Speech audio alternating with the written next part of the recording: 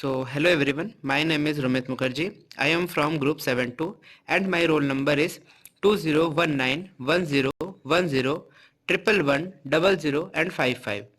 And today I am going to present a presentation on carbohydrate. So carbohydrate in my presentation, carbohydrate can be divided into 5 parts in which it include division of carbohydrates, why do we need carbohydrate, types of carbohydrate, importance of carbohydrate and what will happen if we'll take too much carbohydrate. So first I will like to proceed with division of carbohydrate. So by this we can know what is carbohydrate. In organic chemistry, a carbohydrate is biomolecule consisting of carbon, hydrogen and some of oxygen atom.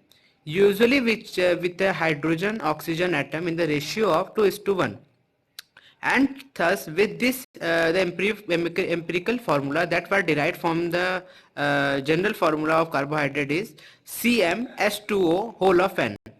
All have CO and OH functional group in their usual chemical formulas.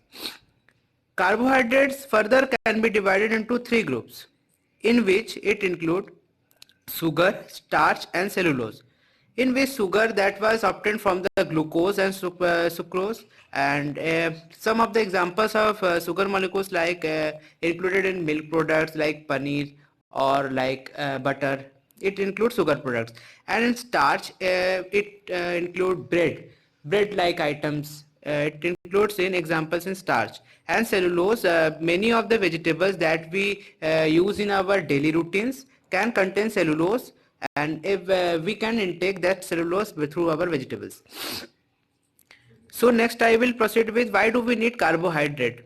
So every plants and animals who was living in, and that they need carbohydrate in their daily routine, as they carbohydrate used in digestion of their food and in their daily life cycle routines. Every person and every animal need carbohydrate to store their energy, and energy that was stored by the body will use further in their further body actions. What are the so I proceed with what are the type of the carbohydrates. Classification based on the number of sugar units. So carbohydrate can be divided in that manner that how much sugar unit each carbohydrate can have. So in this it was divided into 5 sections as monosaccharides, disaccharides, trisaccharides, oligosaccharides and polysaccharides. So first I will describe what is monosaccharides. So monosaccharides are the most basic form of carbohydrate. Most organisms produce and store energy by breaking down of monosaccharide glucose and harvest the energy that was released by the breaking of the monosaccharide compounds. This type of glucose are classified in terms of the number of carbon atoms and also the functional group attached by that monosaccharide group. The monosaccharide which contain aldehyde is known as aldose, and those which contain a ketone group is known as a ketose. Structure of monosaccharide. All the monosaccharides have the formula as CH2O whole of N. Example of monosaccharides are glucose, fructose and galactose. Now I proceed with what is disaccharides. A disaccharide also called a double sugar.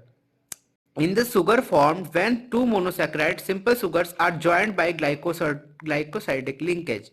Disaccharides are those carbohydrates that on hydrolysis with acids or enzymes give two molecules of monosaccharide compounds which can either be same or be or different of that monosaccharide compound. The oxide linkage is formed after the loss of the water molecule, and then the two monosaccharides are formed by that linkage. When two monosaccharide units are joined via the oxygen atom, then that linkage is called a glycosidic linkage. What is the structure of disaccharides? The most common disaccharides is sucrose, which gives D plus glucose ion and D negative fructose ion on hydrolysis. And some examples of disaccharides are sucrose, maltose and lactose. Further I will proceed with oligosaccharides, the other type of carbohydrate. Carbohydrates that yield 2 or 10 monosaccharide units on hydrolysis are called oligosaccharides. They are further classified as disaccharides, trisaccharides, tetrasaccharides, etc. depending upon the number of monosaccharides they provide on hydrolysis. Amongst these, the most common are disaccharides. When the two monosaccharide units obtained on a hydrolysis of a disaccharide may be same or different. As for last slide I described what is disaccharide. The example, one molecule of sucrose on hydrolysis give one molecule of glucose and one molecule of fructose, whereas maltose give two molecules of only glucose. Next I proceed with polysaccharides, the other type of carbohydrate. Carbohydrates which yield large number of monosaccharide units on hydrolysis are called polysaccharides.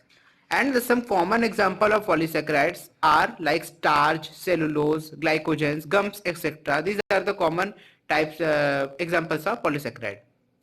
Polysaccharides are not sweet in taste, hence they are also called non-sugars.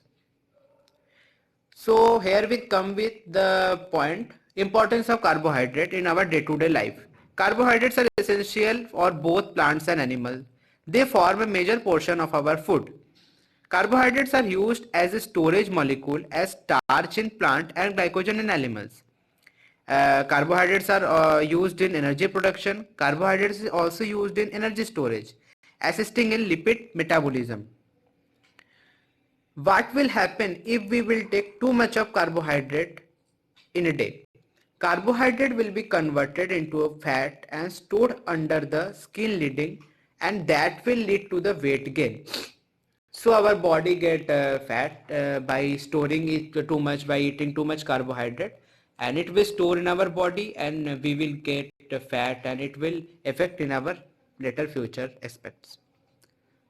So thank you so much for my presentation. It's over.